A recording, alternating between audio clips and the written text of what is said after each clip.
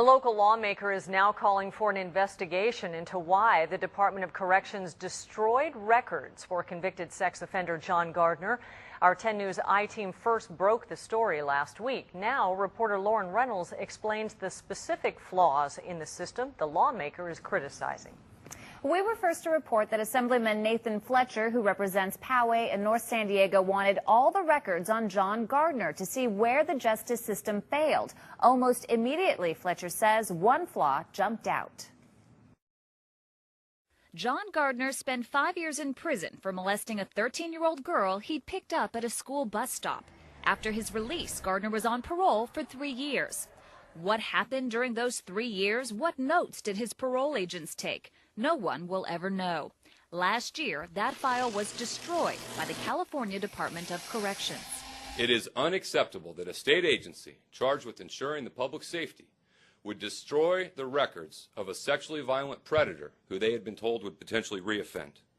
Assemblyman Nathan Fletcher is calling for an investigation by the State Inspector General over the Department of Corrections' policy of destroying parole files 1 year after the parolee is released. Under that policy, Gardner's parole records would have been burned or shredded last September. This policy needs to change, and Corrections needed to do the right thing and change it immediately. Fletcher stood with Stephanie Dorian, a member of the King family.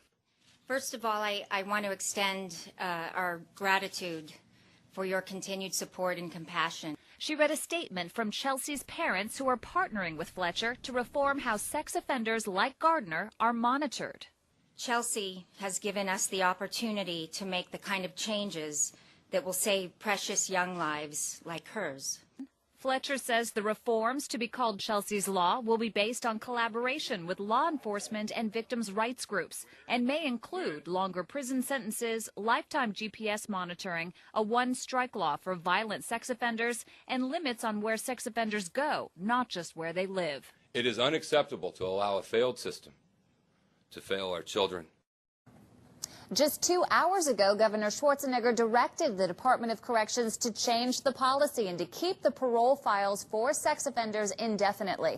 It is too late for Gardner's parole file, but he does have a central file covering his time in prison. We and Assemblyman Fletcher have asked for that to be released.